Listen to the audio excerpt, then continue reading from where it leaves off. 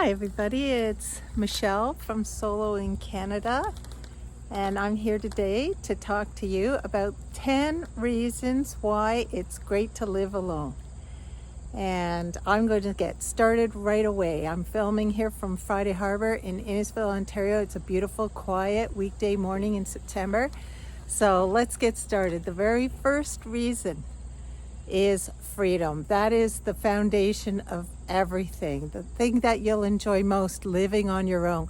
In fact, almost everybody I hear who finally moves into their own place, the very first couple of hours, they just have this huge sighs of relief.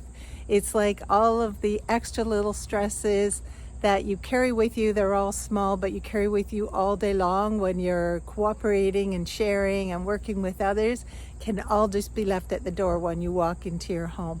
And every decision that you make about your own home is yours to make alone. So freedom is number one reason. The second reason I think it's great to live alone is because you can control the noise level. And I'm sure some of you are thinking, oh, she must be an introvert. That's right, I am an introvert. And I like to go out every day and be social, and I'm very busy and active. I have many things going on in my life, and I had a very busy career as a teacher for a long time in a noisy environment. But the thing is, I need to recharge in peace and quiet. And that might be the same for many of you. So when you get home, you can control 100% how high the energy level is going to be in the house and how high the volume of anything is going to be in your house. And you know what, if you're an extrovert and you're somebody who likes to keep a high energy environment, you would feel the same way if you were having to cohabitate with somebody who was a little on the quieter side. You want to be able to put your tunes on and have them playing at full volume.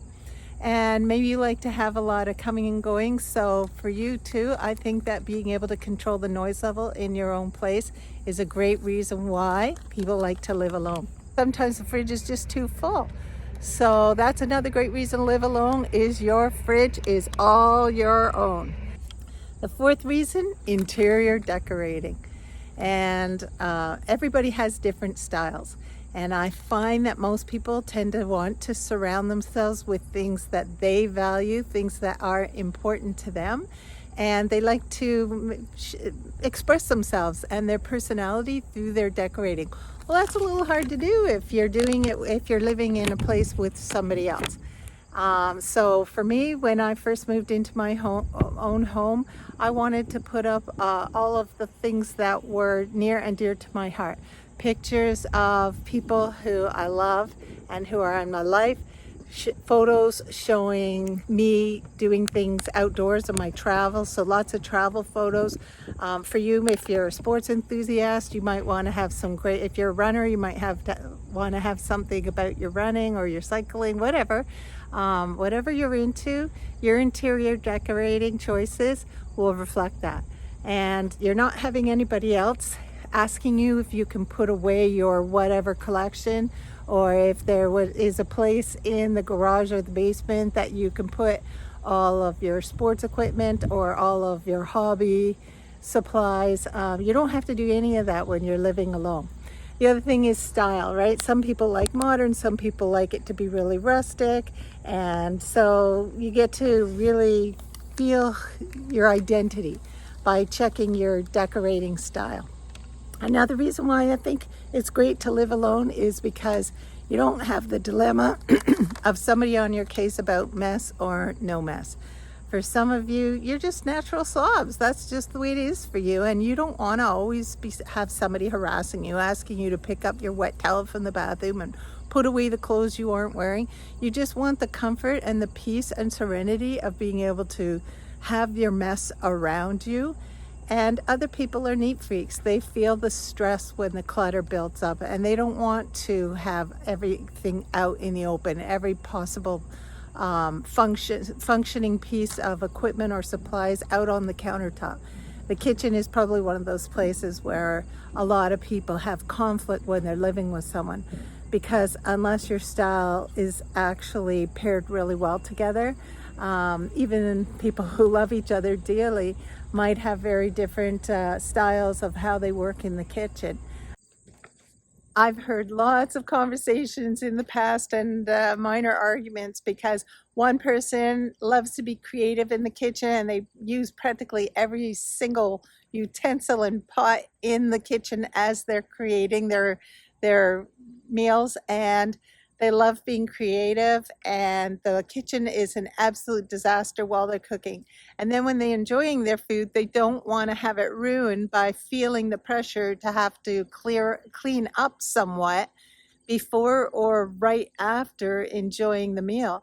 They want to slow down and really be mindful of their experience, because for them it is a pleasurable experience.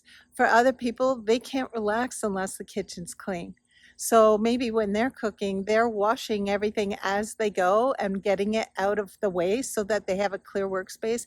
And then maybe they, as soon as they're done eating, maybe they can't relax after their meal until they know all the work is done. So they might want to immediately go back into the kitchen to clean up. And that can drive somebody without a compatible style crazy. And if you're doing it several meals a day, that can really become a source of conflict. So one of the great reasons to live alone is that your style of mess or no mess, and how far that is on the pendulum either way, is completely up to you to decide what it's going to be.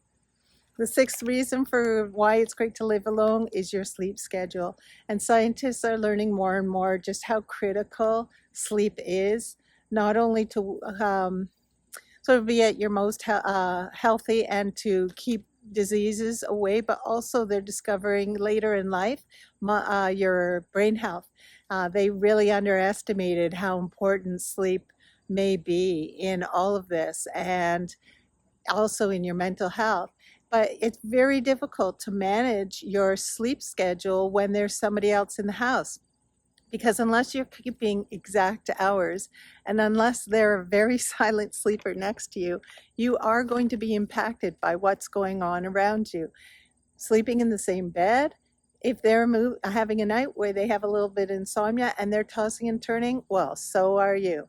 If they have a different time to get up in the morning and they've got to set an alarm to make sure that they don't miss wherever they need to be, even if you don't have to get up for another couple of hours, that alarm's going to go off and wake both of you up.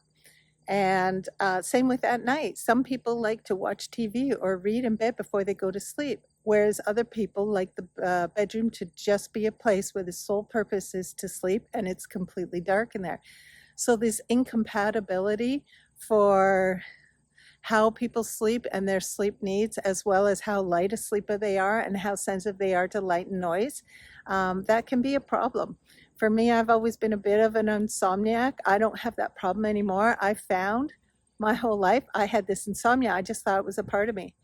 And then I discovered the very first night I moved out after my ex-husband and I went our separate ways, and I moved into my first house alone. Pardon the noise. The staff at Friday Harbor here, they all move around with bobcats, which is a lot of fun, and I'm sure fun to drive for them, but it makes a little bit of noise.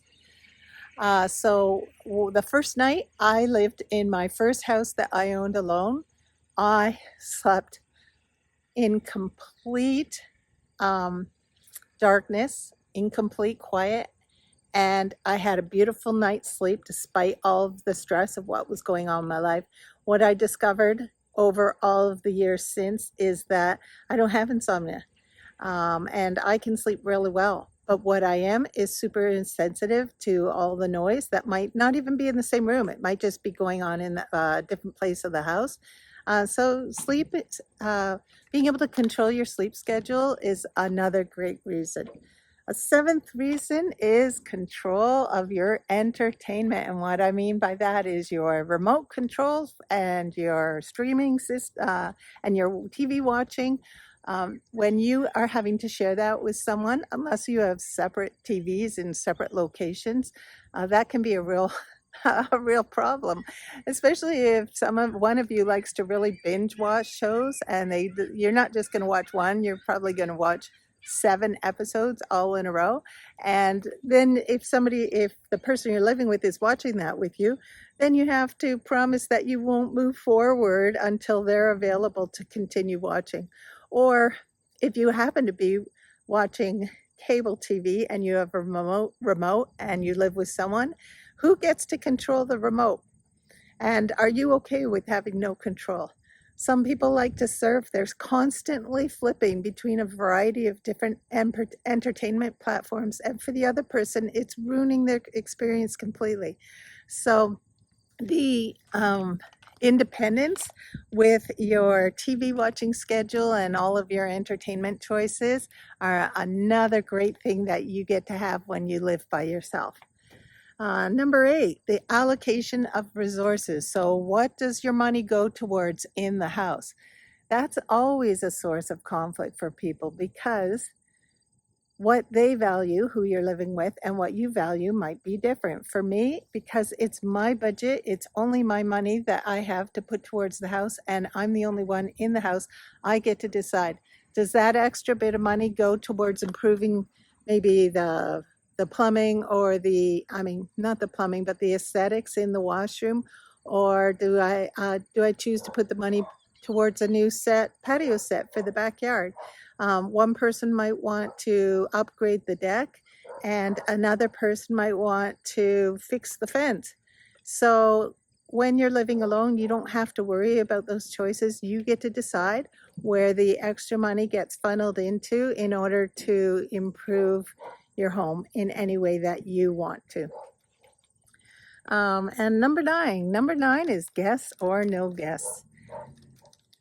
And having guests over is a lot of fun, but it also is a lot of work and it is expensive.